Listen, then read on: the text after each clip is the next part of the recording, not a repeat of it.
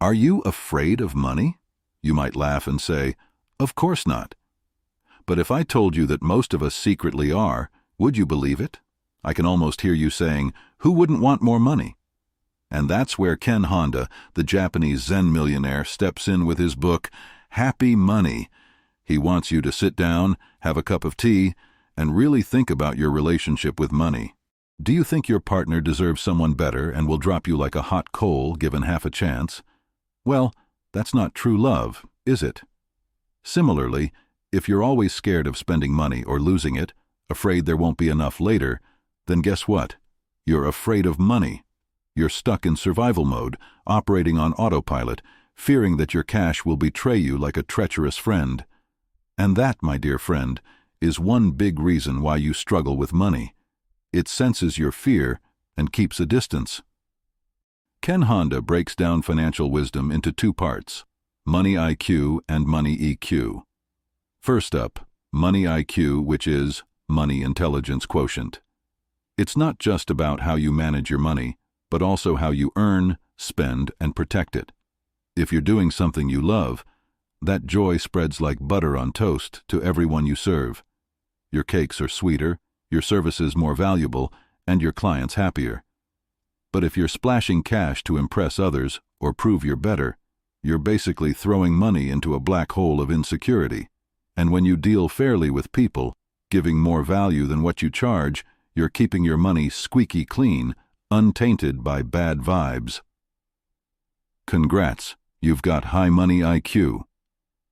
Next, Money EQ, which is Money Emotion Quotient. This is all about feelings. Do you feel worthy of wealth? Or do you think you're like a background actor in the movie of life, destined to remain in the shadows? If you're too focused on one way of making money, say that particular education degree you think is your only ticket to riches, you may miss out on other opportunities right under your nose. And when you do make money, are you too stressed to enjoy it? Are you too busy beating the competition in this never-ending race to even taste the sweet fruit of your labor? Honda says it's not the rich who are confident, it's the confident who get rich. Think about that for a second. So, what's blocking your road to prosperity? Honda names 5 culprits. First, anxiety, that nervous itch when stepping out of your comfort zone. Second, fear of failure or success. Both are terrifying, aren't they? Third, doubt, the ugly snake hissing, "Are you sure about this?"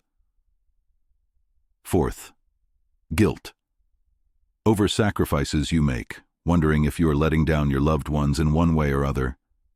And fifth, lack of self-worth, the belief that you don't deserve wealth, paralyzing you into inaction. Honda makes it clear, Money EQ trumps Money IQ. You could be a financial genius, but if you've got these emotional blocks, you're like a Ferrari stuck in first gear. So how do we raise our money EQ? Let's break it down. 1. Save smart, not scared. Saving money isn't bad. It's like your financial safety net. But if you're saving because you're afraid of future calamities, guess what? You're infusing your money with fear. And that fear may just manifest as emergencies. But if you save up for that dream vacation or fun adventure, your money will be filled with positive vibes, ready to multiply. 2. Embrace losses. You heard me. Losing money is part of the journey. Honda studied 10,000 millionaires, yep, he did the math, and found one thing in common. They all lost money, be it in business, investments, or even theft. But they didn't sulk in a corner. They bounced back with faith in themselves and the flow of money. Think of it as the universe testing you. Pass the test, and you get the treasure chest. 3. Serve with a smile. If you're all about cutting corners and squeezing pennies, your wealth will be short-lived. But if you treat every customer like royalty and give value beyond what they pay for, you're setting yourself up for abundance. Remember, customer is king, and when you serve the king well, you too become the king. 4. Price like you mean it. Know your worth and charge for it. If you're giving high value, don't hesitate to put a price tag that reflects it. You'll attract clients who appreciate your worth. Go cheap, and you get bargain hunters. Charge more, and you get people who value quality. 5. Say arigato and boost your maro. Arigato means thank you in Japanese, and being thankful for the money flowing in and the joy it brings is key. Maro is a state of spirituality, sincerity of the heart. When you care about not just your wealth but also about lifting others, your maro increases, and you'll see miracles happen. Your intuition sharpens, and suddenly you're surrounded by good people, good energy, and good fortune. But here's the kicker. What about those mean, greedy people who seem to roll in cash? Yep, they exist. And it feels unfair, doesn't it?